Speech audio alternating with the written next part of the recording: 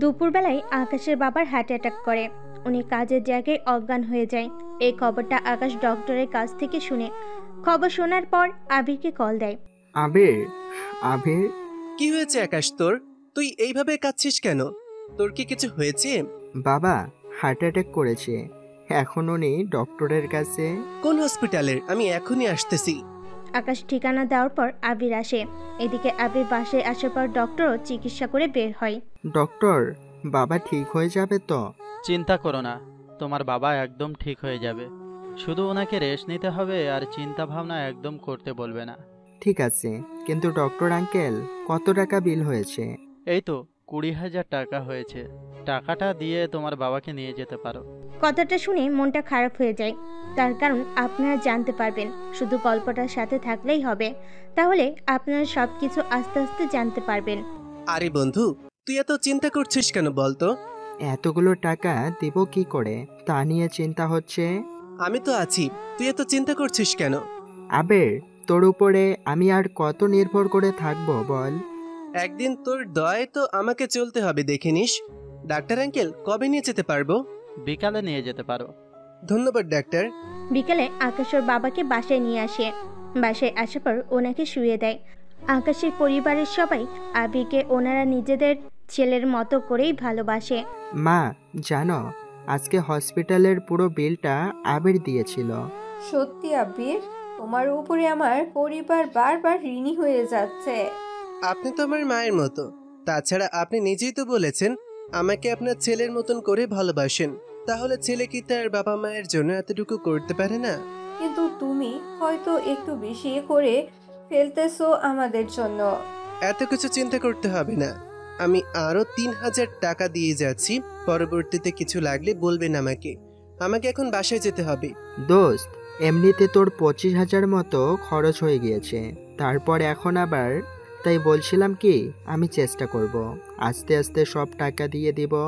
তুই চুপ করবি?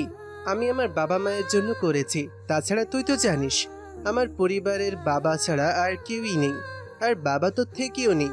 উনি ব্যবসার কাজে সারাক্ষণ বাইরে থাকেন। আমাকে সময় দেওয়ার মতন ওনার হাতে সময় নেই। একমাত্র তোদের বাড়িতে আসলে আমি বাবা মায়ের আদরটা পাই। আচ্ছা, এখন কি তুই থাকবি নাকি বাসায় চলে যাবি? কেন? না মানে এখনো রান্না হয়নি তো, সেজন্য। তুই থাকলে রান্না বসিয়ে দেব, আর যদি না থাকিস তাহলে কোনো রকমে রাতটা কাটিয়ে দেব। আমি খাবার নিয়ে এসেছি, তাই এখন এইগুলো দিয়ে খাওয়া দাওয়া শেষ করো সবাই। তারপর আমি চলে যাব। খাবার শেষে আবির চলে যায়। এভাবে যেতে যেতে এক সপ্তাহ চলে আসে। এক সপ্তাহ পর বাবা, আমাকে কিছু টাকা দাও, আমাকে কলেজের ফিস দিতে হবে। তুই তো জানিস বাবা, আমার ইনকাম এখন তেমন একটা ভালো না। তার উপর সংসারও চালাতে এখন কষ্ট হয়ে যায়।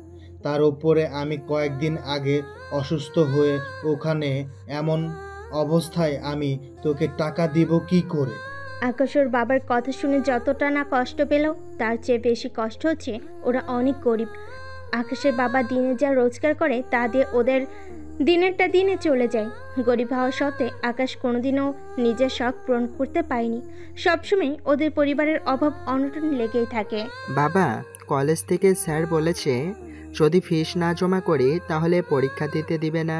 কি করব বল, আমার কাছে 100 টাকা আছে। এই নিয়ে আজকে বের হব।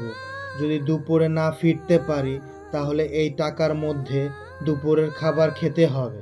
বাবা, আমি পড়াশোনা যদি ছেড়ে দেই তাহলে তোমার কষ্টটা তো কিছুটা কমাতে পারবো।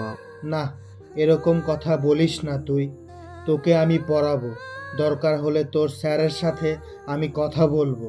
তবুও আমি চাই না তুই আমার মতো কষ্ট কর। তাহলে কি এখন আমার সাথে কলেজ যাবে? চল, ওখানে গিয়ে কথা বলে দেখি। আকাশ ওর বাবাকে নিয়ে কলেজে আসে। এতে বাকি ছাত্রছাত্রীরা আকাশ ওর বাবাকে দেখে হাসাহাসি করতে থাকে। এতে আকাশের রাগ হলেও কোনো কিছু বলেনি, কেননা এই আর নতুন কিছু না। সাথে ওরা বলাবলি করতে থাকে। এই কলেজে আকাশের শুধু একটাই বন্ধু আছে। কারোর কথা গুরুত্ব না দিয়ে ওরা চলে আসে স্যারের কাছে। স্যার, আসবো কি? আসুন, বসুন এখানে। আপনার ছেলে অনেক টাকা বাকি এখন। এতগুলো টাকা বাকি রেখে আমি আর কিছুই করতে পারবো না। স্যার, আপনার কলেজে কি আমার এই ছেলেটাকে বিনা টাকায় কি পড়াতে পারবেন না? হাজার হাজার ছাত্রছাত্রীর মধ্যে ওকে কি পারবেন না এই সুযোগটা দিয়ে দিতে? দেখুন, সম্পূর্ণ ফ্রি তো সম্ভব না। আপনার ছেলে এই কলেজের টপার, তাই সেই হিসাবে আমি ওর বেতন অর্ধেকের চেয়ে কমিয়ে আনতে পারবো, কিন্তু সম্পূর্ণ কমাতে পারবো না। ওর পরীক্ষা আর 10 দিন পর, তাই ওখানে ফর্ম ফিল আপের 3000 টাকা জমা করে দিবেন, নয়তো আমার আর কিছুই করা থাকবে না। স্যার, একটু দয়া করুন আমার ছেলেটাকে। দেখুন, আপনার ছেলে মেধাবীধাই আমি এত কিছু করেছি, নয়তো ওকে এই কলেজে রাখতাম না আমরা। আপনারা তাহলে আসুন এখন। আকাশ ওর বাবাকে নিয়ে চলে আসতে থাকে। এতে করে বাকি সবাই আরো একবার করে হাসতে থাকে তা দেখে।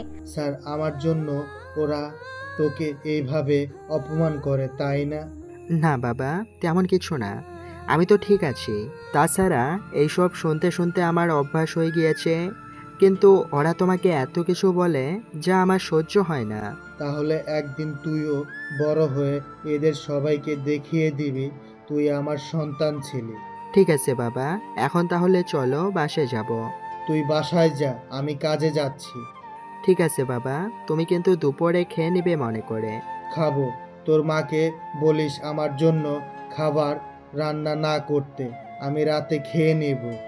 আচ্ছা বাবা। আকাশের বাবা তো চলে যায় কাজে। এদিকে আকাশ বিকালে ওর বন্ধুর সাথে দেখা করে। আকাশের একমাত্র বন্ধু আবির।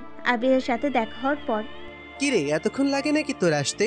কি করব, হেঁটে হেঁটে আসতে হয় আমাকে, তার জন্য তো সময় লাগবে। তাছাড়া দেখছিস না কতটা গরমে ভিজে গিয়েছি। এখানে বস, এসে ঠান্ডা কিছু খেয়ে নে। না রে বন্ধু, এভাবে আর কত তোর উপর আমি নির্ভর করে থাকবো?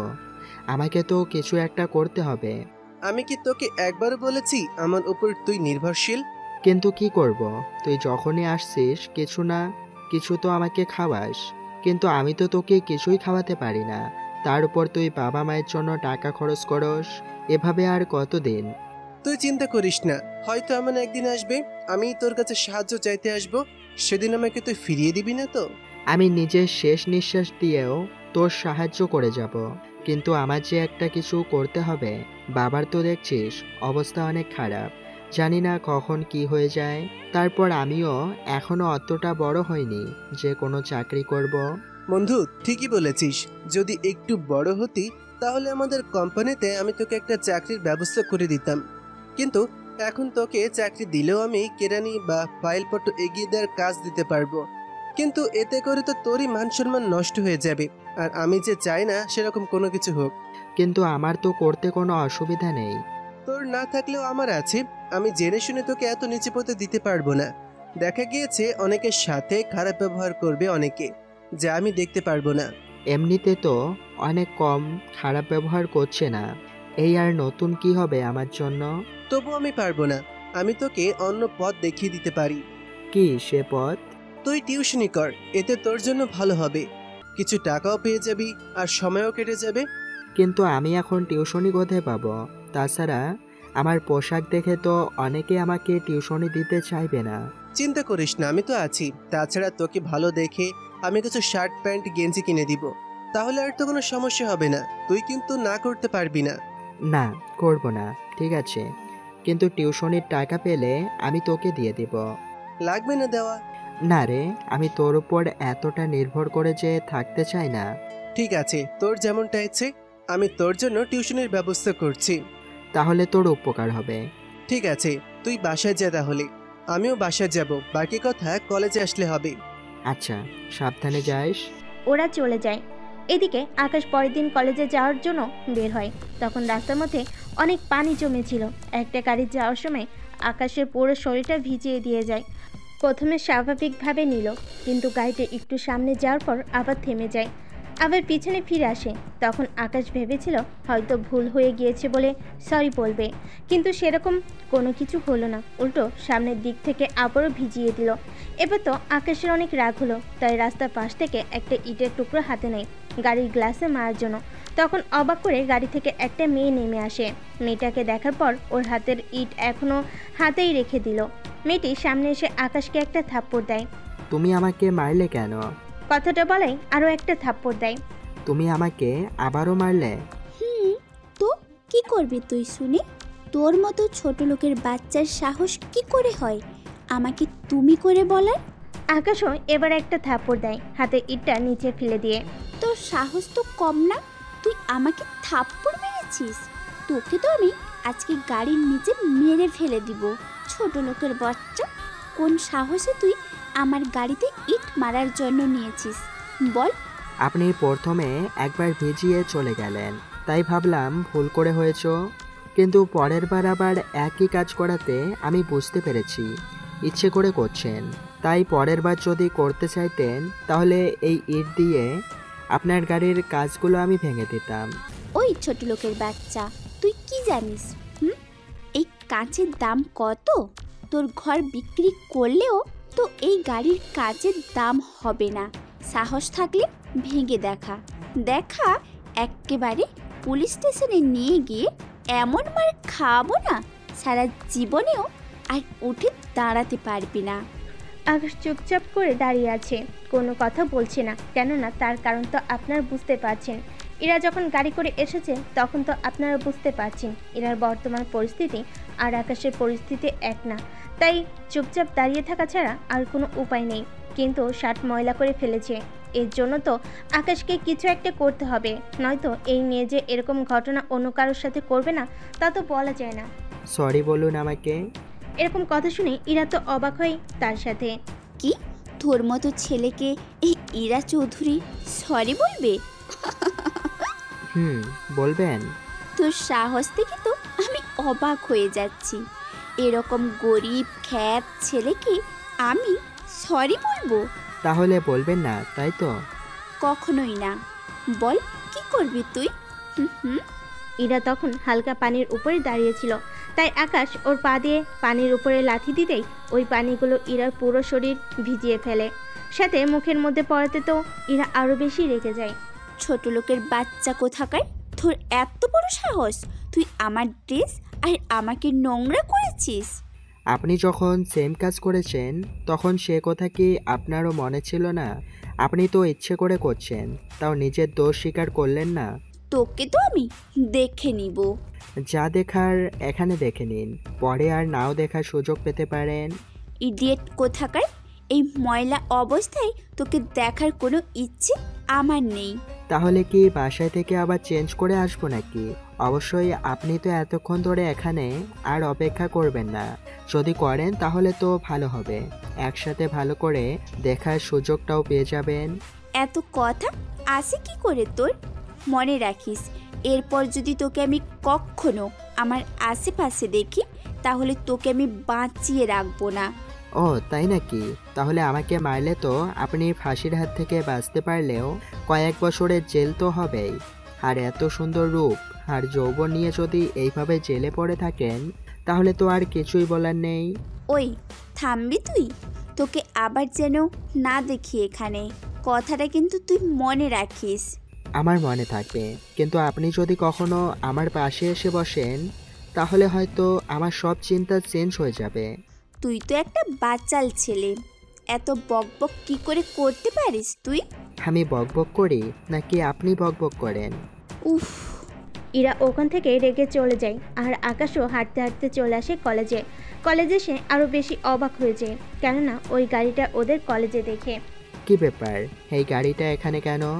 এটা কি ওই গাড়িটা নাকি? আমার তো ওই গাড়িটাই মনে হচ্ছে। তাহলে কি ওই মেয়েটা এই কলেজে এসেছে? গতকাল তো স্যার বলেছিল আমাদের ক্লাসে একটা মেয়ে এসে ভর্তি হয়েছে, অনেক বড়লোক ঘরের মেয়ে। তাহলে কি এই মেয়েটা সেই? তোর আমিও কত কি ভাবছি, এটা ওই মেয়ে কেন হতে যাবে? আমার তো ক্লাসের সময় হয়ে এসেছে, যাই তাড়াতাড়ি করে। ক্লাসে চলে আসে, এসে দেখে সবাই মোটামুটি বসে আছে, কিন্তু একটা সিট এখন ফাঁকা আছে। আর ওই সিটে শুধুমাত্রই আকাশের বসার অধিকার আছে, কেননা ক্লাসে ফার্স্ট বয় আকাশ, তার উপর অনেক মেধাবী। সেজন্য স্যারেরা ওকে সামনে বসার জন্য একটা সিট সবসময় খালি রাখার জন্য বলে, যে আকাশ ক্লাসে আসুক না আসুক ওই সিটটা খালি থাকে সবসময়। কিন্তু আকাশ আজকে ওই সিটের পাশে তাকিয়ে তো আরও বেশি অবাক হয়, মেয়েটিও আরও বেশি অবাক হয়। ইরা, ও হচ্ছে আকাশ, এই কলেজের ফার্স্ট বয়। ওর জন্য এই সিটটা সবসময় ফাঁকা রাখা হয়। আজকে তুই ওর পাশে বসার সৌভাগ্য পেয়েছিস, কেননা ওর সাথে বসার জন্য কত মেয়ের লাইন ধরে থাকে শুধু পড়ার বিষয়ে সাহায্য নেওয়ার জন্য। তাছাড়া নয়তো ওকে আমরা কেউই দেখতে পারি না, কেননা ওই ছেলেটা এতটাই গরিব যে পড়াশোনার খরচ চালাতে পারে না। কলেজ থেকে ওর মেধার জন্য ওকে রেখে দিয়েছে। অনেক ধন্যবাদ তোকে ওর সম্পর্কে এত তথ্য দেওয়ার জন্য। বাকিটা আড্ডা দেওয়ার সময় বলছি। যেহেতু এই বেঞ্চে আকাশই বসে, তাই না চাইতেও ওখানে গিয়ে বসে পড়ে। কিছুক্ষণ পর ইরা আর আকাশের মধ্যে ঝগড়া তো হতেই থাকে। ঠিক তখনই স্যার চলে আসে। উনি এইসব দেখে, কি ব্যাপার আকাশ, তুমি মেয়েটার সাথে এভাবে ঝগড়া কেন করছো? স্যার, সে অনেক কাহিনী, ক্লাস শেষ করে আপনাকে বলবো। আচ্ছা, তোমার নাম কি? ইরার দিকে ইশারা করে বলে, স্যার আমাকে বলছেন? হ্যাঁ, তোমাকেই বলছি। স্যার আমার নাম ইরা চৌধুরী। রফিক চৌধুরী কি তোমার বাবা? জি স্যার। আরে দাঁড়িয়ে রইলে কেন, বসে পড়ো। এখন তোমাদের ক্লাস শুরু করা যাক। এখন যে বিষয়ে আলোচনা করব তা কিন্তু তোমরা মন দিয়ে শুনবে। তাছাড়া আকাশ তোমাকে তো বলে দিতে হবে না আশা করি। না স্যার, লাগবে না, শুধু এটা বলে দিন কোন অধ্যায় থেকে পড়াবেন আজকে। এরপর স্যার অধ্যায়ের নাম বলে সবাই বই বের করে সামনে রাখে। আকাশও সেম ভাবে বই বের করে নেয়। বই বের করে অঙ্ক দেখে বুঝতে পারে অঙ্কটা অনেক সহজ। তোমাদের মধ্যে কেউ কি অঙ্কটা পারবে? স্যার আমি। তুমি যে পারবে তা আমি খুব ভালো করেই জানি। এছাড়া আর কেউ পারবে কি? এবার আর কেউ হাত উঠায়নি, কারণ এই অঙ্কটা কেউই পারে না। সবটা শেষ হলে স্যার চলে যায়, আর উনি যাওয়ার পর ক্লাস শেষ করে আকাশ বের হতে যাবে, তখন ইরা আর কিছু মেয়ে আকাশকে ঘিরে দাঁড়ায়। কি ব্যাপার, তোমরা এভাবে আমার সামনে কেন দাঁড়িয়ে আছো? চল আমরা ক্যান্টিনে গিয়ে আড্ডা দিব। আমার হাতে সময় নেই আড্ডা দেওয়ার। চিন্তা করিস না, বিল আমি দেব। ইরা, তুই ঠিকই বলেছিস। ও আসলে বিল দেওয়ার ভয়ে আসতে চাইছে না। আসলে সত্যি কথা বলতে ওর পকেটে কিন্তু 1 টাকাও কখনো পাবি না, কেননা ওর 1 টাকারও মুরাদ নেই। কথাটা শুনে ওরা হাসতে থাকে। ওদের হাসি দেখে আকাশের একটুও রাগ হয় না, কেননা এসব কিছু শুনতে শুনতে আকাশ এখন অভ্যস্ত। কিছুক্ষণের মধ্যে ওদের সাথে আরও কিছু ছেলে এসে যোগ দেয়। ওরা ইরার সাথে পরিচিত হয়ে নেয়। হাই, আমি রকি। আমি ইরা চৌধুরী। তা কোথাও বসে কি কথা বলা যাবে সবাই মিলে? অবশ্যই যাবে, কিন্তু ওই ফকিরটাকে তো আমরা সাথে নিতে পারবো না, তাই এই ফকিরটাকে এখান থেকে বিদায় করে আসো তোরা। ঠিক আছে বন্ধু, ওকে আমরা এখনই এখান থেকে ধাক্কা দিয়ে বের করে দিচ্ছি। আরে ধাক্কা দিতে হবে না, ওর লজ্জা থাকলে এমনিতেই চলে যাবে। মনে হয় না যাব, কারণ ওর লজ্জা বলতে আসলে কিছু নেই। কথাটা বলে ওরা এক এক করে হাসতে থাকে। ওদের কথা শুনে অনেক রাগ হলেও চুপ করে থাকে। এদিকে কোথা থেকে যেন আবির চলে আসে ওখানে। একে আকাশ, তুই এইভাবে দাঁড়িয়ে আছিস কেন? আবির, তেমন কিছু না, তুই কিন্তু এর মধ্যে ঢুকবি না বলে দিলাম। আগে আমাকে ব্যাপারটা তো বলবি, কি হয়েছে এখানে? তানু, ওই ছেলেটি কে রে? ও হচ্ছে আবির। ওর সম্পর্কে তো কিছু বল। ছেলেটি খুব ভালো, বাবা মায়ের অনেক টাকা পয়সা, প্রায় এই ধর তোদের মতো বরাবর হবে। কিন্তু এখানে আবির ছাড়া ওই গরিব ছেলেটার আর কোনো বন্ধু নেই। আকাশের একমাত্র বন্ধু এখানে আবির আছে, আর আবিরের একমাত্র ভালো বন্ধু আকাশ। আকাশের সম্পর্কে কেউ কোনো বাজে কথা বললে আবির নিতে পারে না। কি ব্যাপার, তোমরা দুইজনে এইভাবে কানে কানে কি কথা বলছো? তেমন কিছু না আবির। এই মেয়েটা কে রে? ওকে তো আগে কখনো দেখিনি। আবির, ও হচ্ছে ইরা, আজকে আমাদের সাথে ভর্তি হয়েছে। তা এখন বল, আকাশের সাথে তোরা কি নিয়ে কথা বলছিলি? আচ্ছা আবির, তুই সারাক্ষণ এই আকাশ আকাশ করিস কেন, বুঝি না আমি। তোকে না বুঝলেও হবে, এখন তুই আমাকে এটা বল, তোরা ওকে কি বলছিলি? তাছাড়া ওর মুখ দেখে মনে হচ্ছে তোরা ওকে ভালো কিছু বলিসনি। আমরা ওকে তেমন কিছু বলিনি। সত্যি তো? সত্যি বলছি আমি। এইদিকে আবির আকাশকে কিছু জিজ্ঞেস করতে যাবে, তার আগেই আকাশ কারোর কল পেয়ে ওখান থেকে চলে আসে। আকাশকে না দেখতে পেয়ে আবির খোঁজার জন্য বেরিয়ে আসে, আর গেটের সামনে দেখতে পায় ওখানে ওরা কথা বলতে থাকে। কিন্তু এইদিকে, আচ্ছা এই ছেলেটা কেন শুধু শুধু ওই রকম একটা খ্যাত ছেলের জন্য নিজেকে আমাদের থেকে দূরে রাখলো? ওই এমনি, আকাশকে ছাড়া কিছুই বোঝে নাও। এক কথায় আকাশ ওর জন্য সব কিছু। বুঝলাম, তাহলে আমরা আবিরকে ছাড়া সব কিছু তো করতে পারি। সম্ভব না, কারণ আবির আমাদের পুরনো বন্ধু। ওকে যদি এখন আমরা এড়িয়ে চলি তাহলে অনেক বড় সমস্যা হয়ে যাবে আমাদের জন্য। তাহলে অন্য কোনো উপায় তো আমাদের দেখতে হবে, তাই না? কি সেই উপায়? আর কে করবে সেই কাজ? সেই রকম একটা আইডিয়া এসেছে আমার মাথায়। কি আইডিয়া? আমরা যদি আকাশ আর আবিরের মধ্যে ভুল বোঝাবুঝির সৃষ্টি করে দেই তাহলে তো ঝামেলার সৃষ্টি হবে আর ওরা আলাদা হয়ে যাবে। তার সম্ভব না, কেননা আবির নিজে মরে যাবে, কিন্তু আকাশকে কোনো মতে ভুল বুঝবে না ও। তাহলে আর কি করা যায়? একটা উপায় আছে। কি সে উপায়? আমরা একটা মেয়েকে দিয়ে আবির আর আকাশের সাথে প্রেম করিয়ে দেব। তারপর ওরা যখন দুজনে জানতে পারবে ওরা একই মেয়েকে ভালোবাসে, তখন ওরা নিজে থেকে ওই মেয়েকে পাওয়ার জন্য নিজেদের মধ্যে ঝামেলা শুরু করবে। এই রকম আইডিয়া নিয়ে কোনো কাজ হবে না, আমি ভেবে দেখব কি করা যায়। এখন আমাকে বাসায় যেতে হবে। ওরা নিজেদের বাসার দিকে চলে যায়। অন্যদিকে আবির ও আকাশ হসপিটালে আসে। আঙ্কেল, আব্বুর কি হয়েছে? দেখো, তোমার বাবার অবস্থা ভালো না। ওনাকে যদি এখনই রেস্টে নিতে না পাঠাও তাহলে আর বাঁচানো যাবে না। ঠিক আছে ডক্টর। আবারও হসপিটালে কিছু বিল মিটিয়ে দিয়ে ওখান থেকে চলে আসে বাসায়। ওখানে আকাশ ওর মাকে সব কিছু বলে। তখন আবিরও সাথে ছিল। কিন্তু এখন তাহলে আমাদের কি হবে? কিভাবে চলবে সংসার আমাদের? আন্টি, আপনারা কোনো চিন্তা করবেন না। আঙ্কেল তো কাজ করতে পারবে না, কিন্তু আমি আকাশের জন্য কয়েকটা টিউশনের ব্যবস্থা করে দিয়েছি। এখন শুধু ওকে গিয়ে দেখা করিয়ে দেব আর টাকার ব্যাপারে কথা বলে নিলেই কাজ শেষ। কিন্তু বেতন পেতে পেতে তো প্রায় 1 মাসের বেশি সময় লাগবে। তাহলে এতদিন আমাদের সংসার চলবে কি করে? কিন্তু কি করব বলো? কোনো না কোনো ভাবে তো করে নিতেই হবে। আন্টি, একদম চিন্তা নেবেন না, আমি তো আছি। আমি সব কিছু এনে দিব। তাছাড়া আপনাদের দুঃখের সময় যদি পাশে থাকতে না পারি তাহলে আর কে থাকবে বলুন তো? কিন্তু এভাবে আর কত থাকবে আমাদের পাশে? যতদিন আমার বন্ধু আর আপনারা আছেন। আকাশ, তুই তাহলে চল আমার সাথে, তোকে ওনাদের সাথে কথা বলিয়ে দিই। ঠিক আছে, বল তাহলে। মা, আমি গেলাম। তুমি বাবার খেয়াল রাখিও। সাবধানে থাকিস। ওরা বেরিয়ে পড়ে। এভাবে কিছুক্ষণ রিক্সা করে যাওয়ার পর ওরা মোটামুটি 3টা টিউশনি জোগাড় করতে পেরেছে। তা থেকে মোটামুটি মাসে 18,000 টাকা উঠে আসবে। এবার খুশি তো তুই? খুশি মানে? এবার আর আমাদের কোনো অভাব রাখবো না।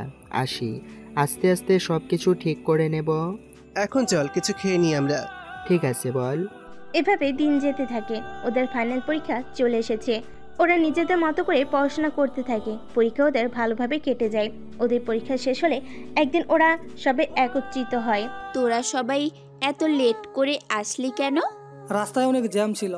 এই কথা ছাড়া তো আর কোনো কথা নেই তোদের কাছে। লেট হলেই একটা বলেই তো আমরা পার পেয়ে যাই। সবাই তো মোটামুটি এসেছে, কিন্তু আবিরকে দেখতে পাচ্ছি না কেন? দেখ, হয়তো আকাশকে সাথে করে নিয়ে আসবে। আমিও বুঝি না, ওই ছেলের সাথে আমাদের কখনো যায় না, তবুও কেন যে ওকে আমাদের কাছে নিয়ে আসে বুঝতেই পারি না। কিছু করার নেই, আবিরকে যতদিন আমাদের সহ্য করতে হবে ততদিন আকাশকেও। এদের তো একটা ব্যবস্থা আমি করবই আজকে। কি করবি তুই? পরে জানাবো। কিছুক্ষণ পর আকাশ ও আবির আসে। তখন ওরা কে কোথায় ভর্তি হবে তা নিয়ে ওরা কথা বলতে থাকে। ওরা সবাই মোটামুটি একই ভার্সিটিতে ভর্তি হওয়ার প্ল্যান করে। এখন শুধু ওদের রেজাল্ট ভালো হলেই হয়। এইদিকে ইরা আকাশকে ইশারা করে। কি হয়েছে? আমাকে কেন? তোমার সাথে কথা আছে, ওইদিকে আয়। কি কথা? এখানে বল, সবাই শুনুক। এখানে বলা যাবে না, যা বলার পাশে নিয়ে গিয়ে বলবো। আবির বুঝতে পারছে না কি বলবে, তাই কায়দা করে আকাশের সাথে আবির ওর মোবাইল দিয়ে দেয়। সাথে রেকর্ড চালু করে, যেন ওদের মধ্যে কি কথা হয় তা আবির জানতে পারে। তাছাড়া ইরার উপরে কোনো বিশ্বাস নেই বলে আবিরের এরকম কাণ্ড করা। আকাশ, ইরা যখন এত করে বলছে তখন ওর সাথে যা, দেখ কি বলে। আমার তো একা যেতে ভয় করতেছে। আরে কিছু হবে না, আমি তো আছি। আবিরের কথাই উঠে যায় ইরার সাথে। কিছুটা দূরে যাওয়ার পর আকাশকে নিয়ে একটা রুমে আসে। কি ব্যাপার? আমাকে রুমে কেন এনেছো? তোকে কিছু দেখাবো বলে। মানে ঠিক বুঝলাম না। আমি এখানে যা যা করব আর বলবো তা দেখে তুই অবাক তো হবি, তার সাথে আরো কত কি যে হওয়ার বাকি আছে। দেখো এরা, ভালো হবে না কিন্তু উল্টোপাল্টা কিছু করলে। শোন, এখন আমি এমন অ্যাক্টিং করব যার জন্য আজকে তোকে সবাই ভুল বুঝবে আর আবির নিজেই তোর কাছ থেকে দূরে সরে যাবে। আমি আবিরকে চিনি, ও আমাকে অনেক বিশ্বাস করে। ও ও আমাকে কিছু বলবেও না।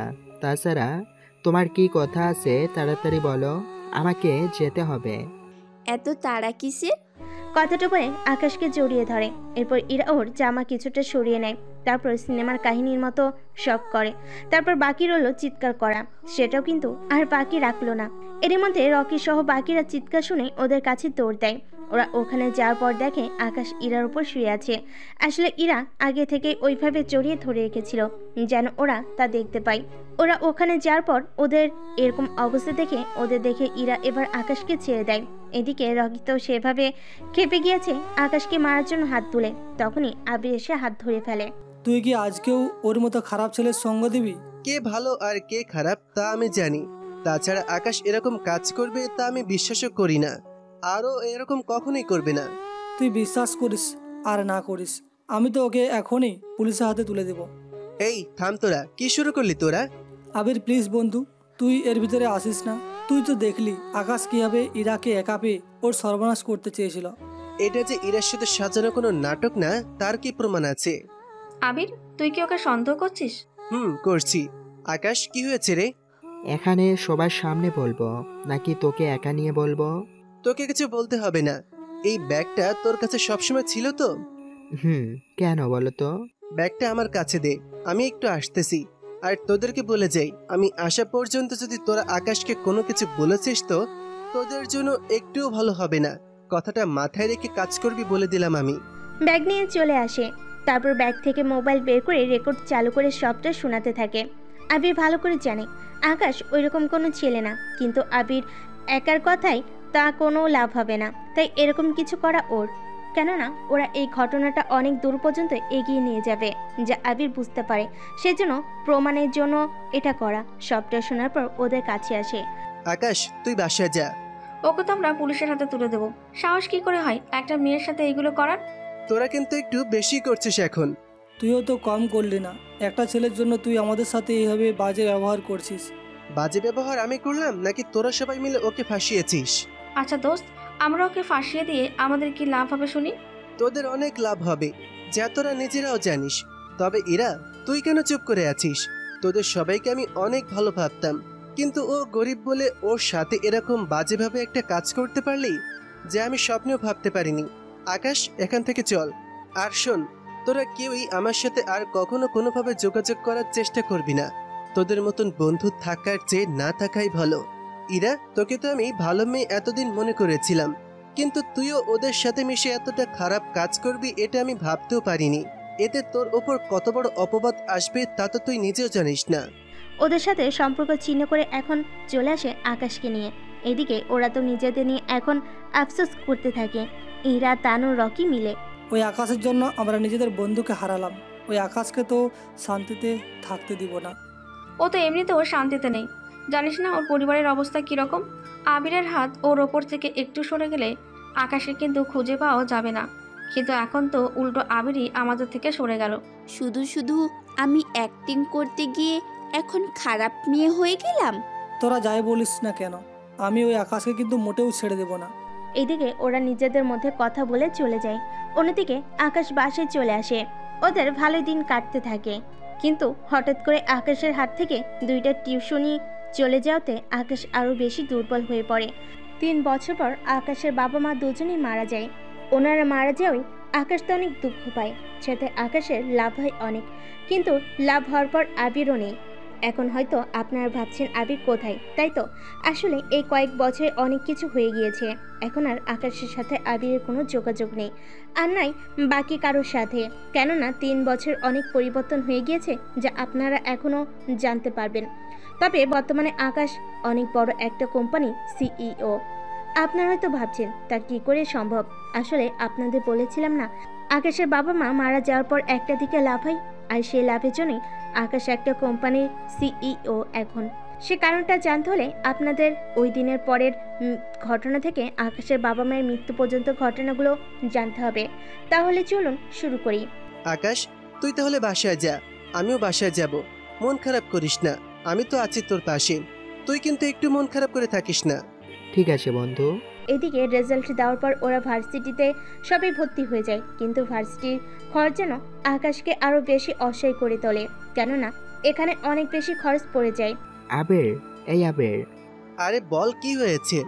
এখানে তো অনেক খরচ পড়ে যায়, কি করব বল? কিন্তু কি বলবি বল? এখানে থেকে যদি তুই পড়াশোনা শেষ করতে পারিস তাহলে তো তোর আর কিছুই করতে হবে না। জানি, কিন্তু আমি যে আর পাচ্ছি না এত খরচ সামলাতে। চিন্তা করিস না তুই, আমি তো আছি। এখন বাসায় যা, কিছুদিন পর পরীক্ষা, সেজন্য 5,000 টাকা দিতে হবে। আমি না হয় তোকে টাকাগুলো দিয়ে দিব।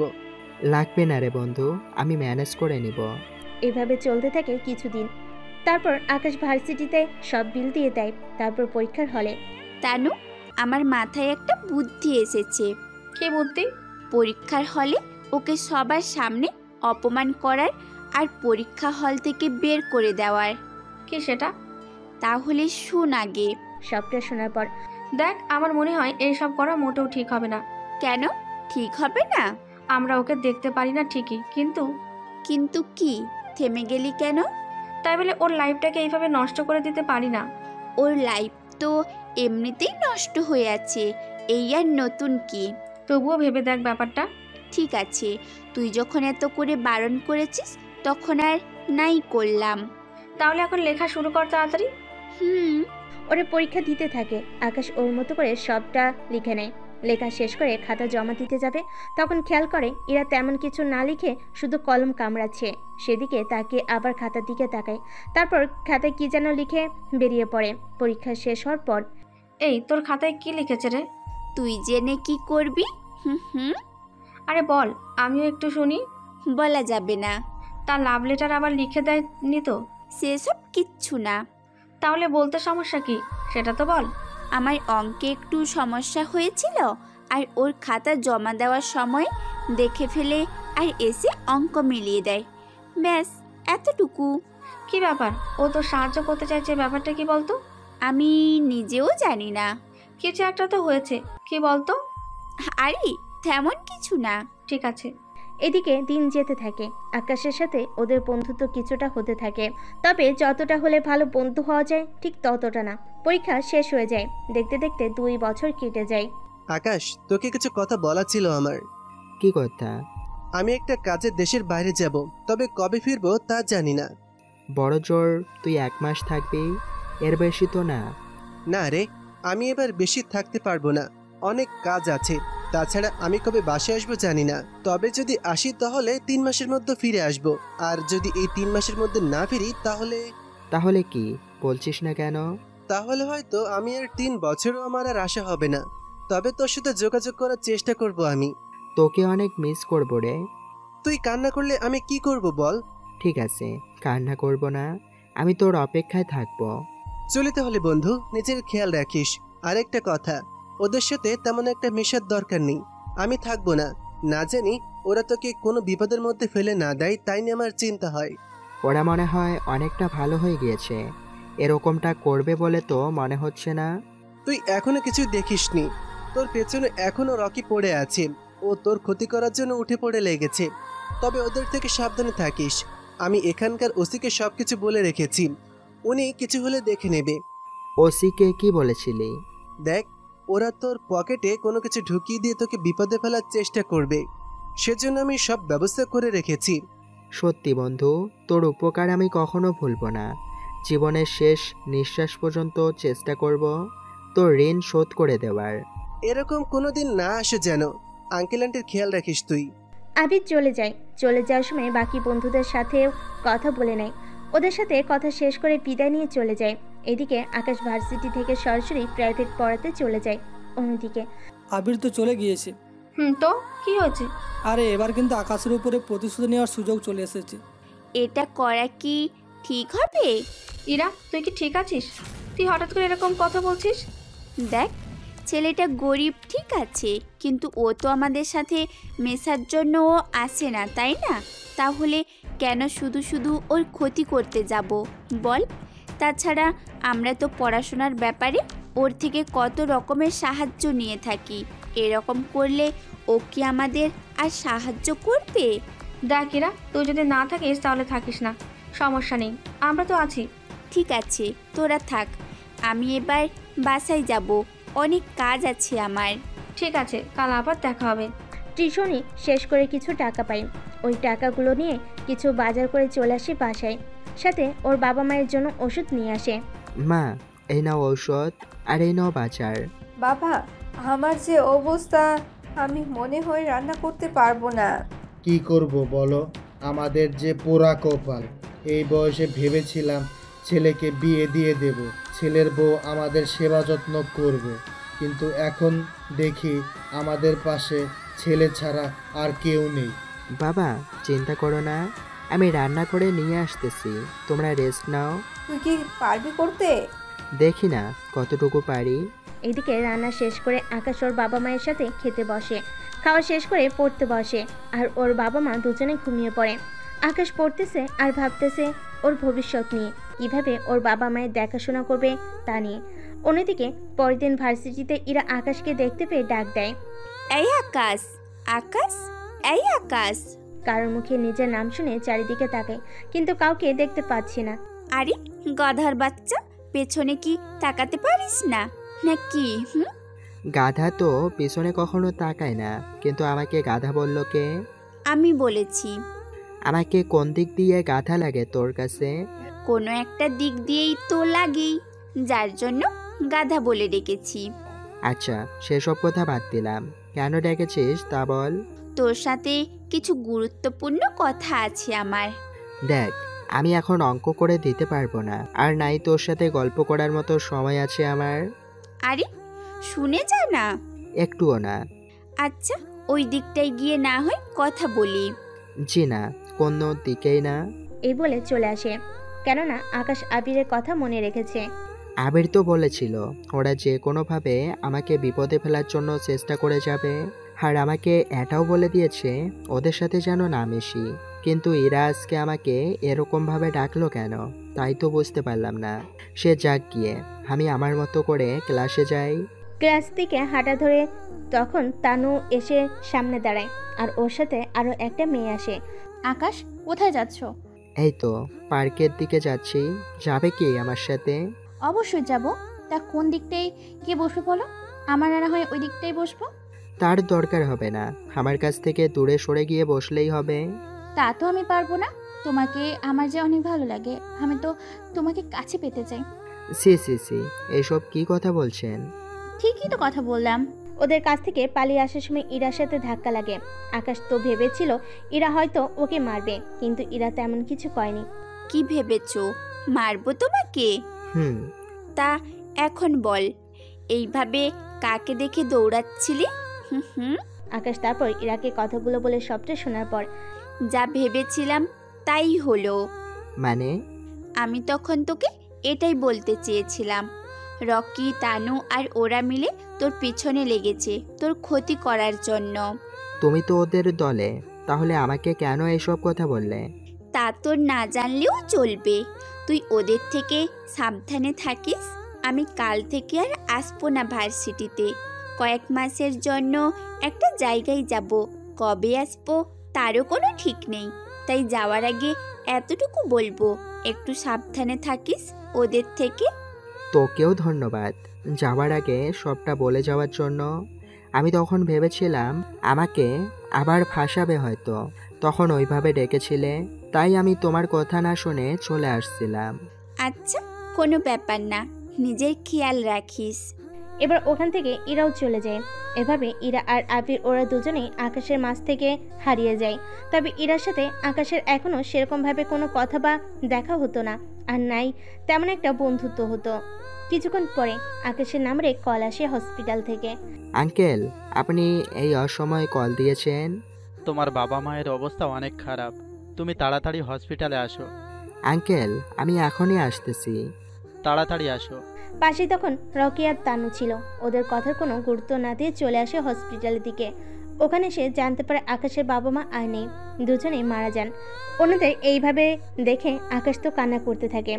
ডক্টর আকাশকে সান্ত্বনা দিতে থাকে। তারপর সব কিছু ব্যবস্থা করে দিয়ে আকাশের বাবা মাকে মাটি দেওয়া হয়। টানা 1 সপ্তাহ ধরে আকাশ না কারোর সাথে কথা বলেছে আর না ঠিকভাবে খাবার খেয়েছে, শুধু একা একা একটা কোণে পড়ে থাকতো। 7 দিন পর হঠাৎ করে একটা লোক আসে ওদের বাসায়। আপনার পরিচয় কি? আপনাকে তো ঠিক চিনলাম না। এখানে শাহজাহান আর পারুল আক্তার নামে কি কেউ থাকে? জি থাকতো, কিন্তু ওনারা 1 সপ্তাহ আগে হসপিটালে মারা যায়। কিন্তু আপনি কে? আমি ইন্স্যুরেন্স কোম্পানি থেকে এসেছি। তুমি ওনাদের কি হও? জি বলুন, কি দরকার? আমি ওনাদের একমাত্র ছেলে। আপনার বাবা মা একটা বিমা করে গিয়েছিল, বিমাটা ছিল 4 কোটি টাকার। যেহেতু ওনারা দুজন মারা যায় আর এখনও ওনারা দুজন টাকাটা পরিশোধ করতে পারেনি, তাই সে হিসাবে ওনারা মারা যাওয়ার সাথে সাথে টাকা আর দিতে হবে না, উল্টো কোম্পানি থেকে আপনার হাতে 4 কোটি টাকা তুলে দিতে হবে। তার জন্য ওনাদের ডেথ সার্টিফিকেট আর মেডিকেল রিপোর্টগুলো দিতে হবে। যদি ওনাদের কোনো রোগ থাকে তাহলে কি পাবো টাকাগুলো? পাবেন, তবে বড় কোনো রোগ থাকলে পাবেন না। কিন্তু যেমন ওনার এই রোগগুলো ছিল কিন্তু উনি অন্য রোগে মারা গেল, এমন হলে পাবেন। তাহলে বুঝতে পারছেন তো সব কিছু? আপনি তাহলে সব কিছু তৈরি করে রাখুন, আমি 3 দিন পরে এসে নিয়ে যাব। উনি যাওয়ার পর আকাশ সবকিছু তৈরি করে রাখে। তারপর সবকিছু জমা দেওয়ার 1 সপ্তাহ পর পুরো টাকাটা আকাশ হাতে পায়। টাকা হাতে পাওয়ার পরই 3 বছর শেষ হয়। বর্তমানে এখন কি হতে চলেছে তা আপনারা নিজের চোখে পড়ুন আর শুনুন। বর্তমানে স্যার, আপনার একটা মিটিং আছে, তাই আপনাকে 10 মিনিটের মধ্যে তৈরি হয়ে বেরিয়ে পড়তে হবে, নয়তো অনেক লেট হয়ে যাবে। কিচ্ছু হবে না, খাবার দিতে বলো আগে, আর আমার কোটটা পরিয়ে দাও। জি স্যার, এখনই পরিয়ে দিচ্ছি। কোট পরার ভিতরে নাস্তাও করে নেয়। তারপর কিছু সিকিউরিটি নিয়ে বেরিয়ে পড়ে অফিসের দিকে, কেননা এখন আকাশ নাম্বার 1 বিজনেসম্যান। এত টাকা কামিয়েছে যা বলার বাহিরে। অন্যদিকে রকি, কোথায় তুমি? এই তো আমি অফিসে যাওয়ার জন্য রেডি হচ্ছি, তাড়াতাড়ি আমার খাবার দাও। দিচ্ছি তো। তা তোমাকে যা যা বলেছি তা কি মনে আছে তোমার? থাকবে না কেন? তবে তোমাকে তো বলা হয়নি একটা কথা। কি কথা? আরে আমরা তো আবিদের কোম্পানির সব কিছু কিনে ফেলার জন্য আজকে যাচ্ছি একটা নিলামে। সত্যি বলছো? সত্যি। আমি তাহলে এখন আসি। আচ্ছা, সাবধানে যাও। রকি বেরিয়ে পড়ে। আপনাদের তো বলা হয়নি, রকি আর তানু একে অপরকে ভালোবেসে বিয়ে করে নেয়। বুঝতেই পারছেন, দুজনে সেই কলেজ লাইফ থেকে একে অন্যের ক্ষতি করার চেষ্টা করে গিয়েছে, এখনও ঠিক তাই করে যাচ্ছে বর্তমানে। শোনো, যত টাকা লাগুক তুমি ওদের সম্পত্তি কিনে নাও, তাহলে আমাদের প্রতিশোধ নেওয়া শেষ হবে। ঠিক বলছো, আমি তো প্রতিশোধ নিব। ওর জন্য আমরা কোনোভাবেই কোনো কিছু করে উঠতে পারি নাই। ঠিক বলেছো। আবিরের জন্য ওই ছোট লোকের বাচ্চাটা তোমাকে মেরেছে। এত তাড়াতাড়ি তা ভুলে যাই কি করে আমি? কিন্তু আবিরের তো অনেক টাকা ছিল, তাহলে ওরা এতটা অসহায় হলো কি করে?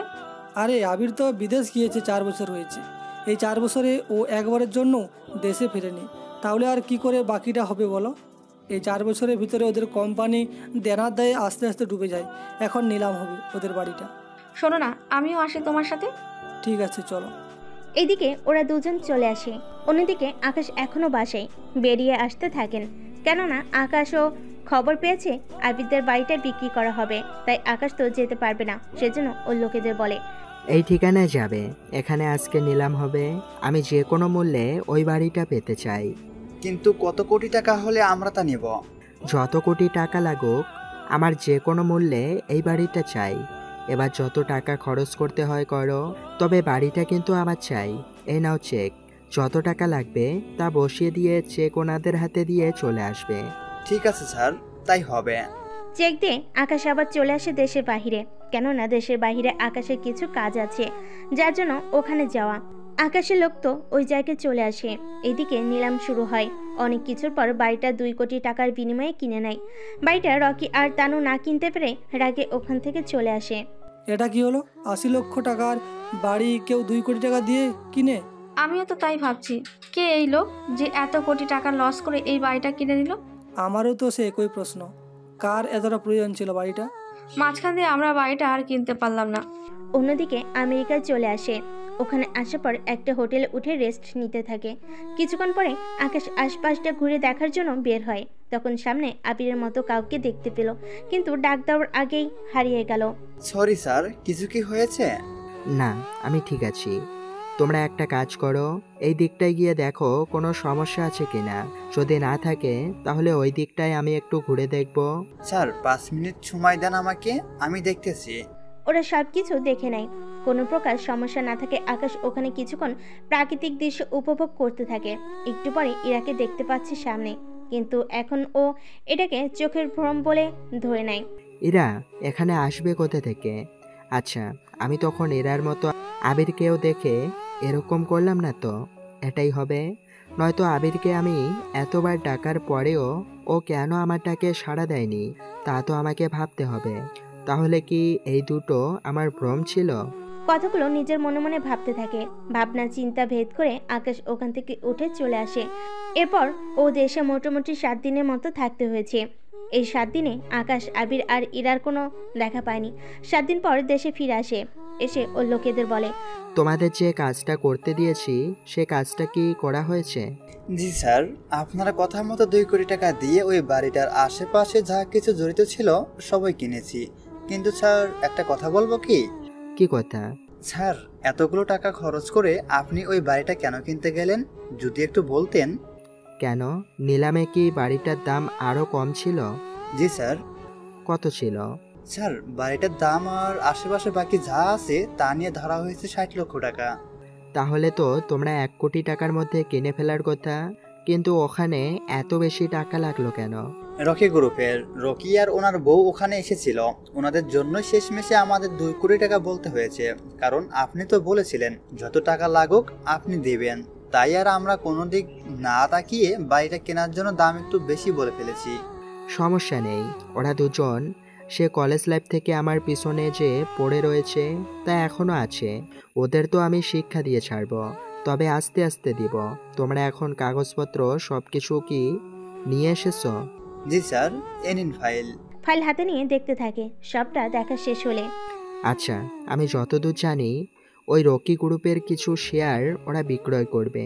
তুমি এই ব্যাপারে খোঁজ নাও, আমি ওদের শেয়ার কিনে নিব। ঠিক আছে স্যার, তাই করব। কিছুদিন পর আকাশের বাবা মার মৃত্যুবার্ষিকী, তাই আকাশ ওনাদের কবরের কাছে যায় আর কবর জিয়ারত করে নেয়। তোমরা একটা কাজ করো, এই জায়গার আশেপাশে যত এতিমখানা আছে সব এতিমখানায় একটা করে গরু আর 10 লক্ষ টাকা করে দিয়ে দাও। আর সাথে এইও বলবে এই গরু যেন জবাই করে, ওখানে থাকা সব বাচ্চারা যেন খেতে পায়। আর পথের আশেপাশে যতজন দরিদ্র মানুষ দেখবে তাদের হাতে এই পণ্য আর 1000 টাকা করে দিয়ে আসবে। এই কাজগুলো তাড়াতাড়ি যেন শেষ হয়। চিন্তা করবেন না, আপনার কথা মতো আগেই আমরা 15টা গরু কিনে রেখেছিলাম। এখন শুধু আমাদের লোকদের দিয়ে গরু আর টাকা পাঠিয়ে দেব। সাথে ওনাদের বাকিটা কি কি করতে হবে সেই বিষয়েও বুঝিয়ে দেব। তাই করো। এখন ভোর 7টা বাজে, 8টার ভেতরে যেন এতিমখানায় সব পৌঁছে যায়। আর বাকিরা দরিদ্র যারা আছে তাদের কাছে সাহায্য নিয়ে নাও। ঠিক আছে স্যার, তাই হবে। ওরা ওদের কাজে লেগে পড়ে। এইদিকে দুপুরের দিকে আকাশ ওর বাসায় বসে অপেক্ষা করতে থাকে। কিছুক্ষণ পর, স্যার একটা লোক এসেছে আপনার সাথে দেখা করার জন্য। আমার সাথে কে আসবে এখন দেখা করতে? জানি না, তবে আপনার ছবি দেখিয়েছে। তবে ছবিটা দেখে দেখে মনে হলো আপনারা একে অপরকে চিনেন। আমার সাথে তো আবির ছাড়া আর কারো ছবি নেই। আচ্ছা, আবির আসেনি তো? তাই পকেট থেকে মোবাইল বের করে আবির একটা ছবি দেখে, কিন্তু লোকগুলো বলে এটা ওই ব্যক্তি না। আচ্ছা, নিয়ে আসো তাহলে। ঠিক আছে স্যার। ওরা লোকটাকে নিয়ে আসে। লোকটা আসে পর আকাশের কাছে সাহায্য চায়। আকাশ কিছু টাকা দিয়ে সাহায্য করে দেয়। এরপর কিছুদিনের মধ্যে আকাশের কোম্পানিতে পিএ পদের জন্য আর কোম্পানিতে কিছু লোক নিয়োগ করার জন্য সার্কুলার ছেড়ে দেওয়া হয়। অন্যদিকে অনেকে সে চাকরির সার্কুলার দেখে অ্যাপ্লাই করতে থাকে। কিছুদিন পর, স্যার রকি গ্রুপের তথ্য পেয়েছি। কি তথ্য পেয়েছো? স্যার রকি গ্রুপে ওরা 30% শেয়ার বিক্রি করবে। তাহলে আমি যা ভেবেছিলাম তা তো হবে না আর? জি স্যার, ওই কোম্পানিতে 50% শেয়ার রকির নামে, 10% এনার বইয়ের নামে, আর বাকি 40% উনি বিক্রি করবে। তবে আগে যারা শেয়ার হোল্ড ছিল তারা শেয়ার বিক্রি করে দিবে। আমি যদি 40% শেয়ার কিনে নেই তাহলে তো আমি আমার কাঙ্ক্ষিত লক্ষ্যে পৌঁছাতে পারবো না। কেন পারবেন না স্যার? আমার তো মূলত ওই কোম্পানির শিওর শেয়ারটা আমার চাই। তার জন্য তো আপনাকে 51% শেয়ার কিনতে হবে, কিন্তু তা তো সম্ভব না। আর তাই তো দেখছি, তাহলে ওই জায়গা আর শেয়ার কিনে কোনো লাভ হবে না। তাই তো দেখতেছি স্যার, কিন্তু এখন তাহলে কি করবেন স্যার? একটা উপায় তো আছে। কি উপায়? তা তোমাদের পরে বলবো। এখন তোমরা আমাকে এটা বলো, ওদের কোম্পানির কোনো পণ্যের কত টাকা রেট দেয় তা আমাকে জানাবে। তা জেনে আমরা কি করব স্যার? ওদের চেয়ে কম রেটে পণ্য আমরা ছাড়বো। এতে তো আমি নিজের ক্ষতি হলেও ওদের অনেক বিরাট বড় ক্ষতি যে হয়ে যাব। কিন্তু স্যার এতে আমাদের লাভ কি? লাভ আছে অনেক। নিজের ক্ষতি করে আবার কিভাবে লাভ হয়? রকি গ্রুপের পণ্যের চাইতে আমাদের পণ্যগুলোর দাম অর্ধেক করে দাও। তারপর মার্কেটে থাকতে হলে ওদের আমার থেকেও কম মূল্যে পণ্য বাজারে ছাড়তে হবে। আমার যদি ক্ষতি হয় এতে 5 কোটি, কিন্তু রকি গ্রুপের ক্ষতি হবে এতে করে প্রায় 10 কোটি টাকার মতো, যা বর্তমানে এখন রকি গ্রুপের জন্য অনেক বড় একটা ক্ষতি হয়ে দাঁড়াবে। ঠিক আছে স্যার, আপনি যা চাইবেন তাই হবে। আমরা সব কিছু সামলে নেব, আপনাকে এই নিয়ে কোনো টেনশন করতে হবে না। কোম্পানিতে লোক লাগবে, তা নিয়ে কি ব্যবস্থা নিলেন? স্যার বিজ্ঞাপন তো দিয়েছি, অনেক লোকেই তো অ্যাপ্লাই করছে, এখন শুধুমাত্র ওদের ইন্টারভিউ নিয়ে চাকরি দেওয়ার পালা। তাহলে ওই কাজটা রেখে দিও, আমি দেখি অন্য কাজে যাই। আর ইন্টারভিউ কবে তা আমাকে জানিয়ে দিও। ঠিক আছে স্যার, তাই হবে। দিন যেতে থাকে, ইন্টারভিউর তারিখ চলে আসে। সবে এক এক করে ইন্টারভিউ দিতে থাকে। এদিকে ওদের উপর নজর রাখতে থাকে, কে কী করে না করে সব ব্যাপারে। 2টা জায়গায় ইন্টারভিউ নিচ্ছে, কেননা এখানে 2টা পদে যে ইন্টারভিউ হচ্ছে সেজন্য তা 2টা রুমের মধ্যে হয়। একে একে সবই ইন্টারভিউ দিচ্ছে। এদিকে মনিটরে আকাশ একজনের চেহারা দেখে অবাক হয়ে যায়, কারণ সে আর কেউ ছিল না, আবি ছিল। আবিকে হঠাৎ এতগুলো বছর পর দেখতে পেয়ে আকাশ তো অনেক খুশি হয়ে যায়, তাই সাথে ইন্টারভিউ নিতে থাকা একটা লোককে কল দেয়। জি স্যার বলুন। এখন যে লোকটা ইন্টারভিউ দিচ্ছে তার নাম আবির কিনা একটা দেখেন তো, আর এই কলেজগুলো থেকে পাশ করেছে কিনা তা দেখে জানান তো। 1 মিনিট দেখতেছি আমি। লোকটা দেখতেছে আর আকাশকে সবটা বলে দিচ্ছে। সবটা শোনার পর একটা কাজ করুন, বাকি সবার মধ্যে যারা পাশ করেছে ওদের সাথে এর ফাইলটা রেখে দিন।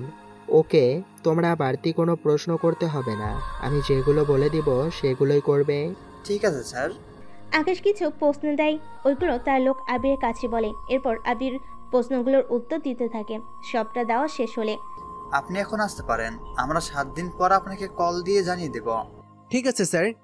এদিকে তো শেষ হয়েছে, এবার অন্যদিকে দেখার পালা।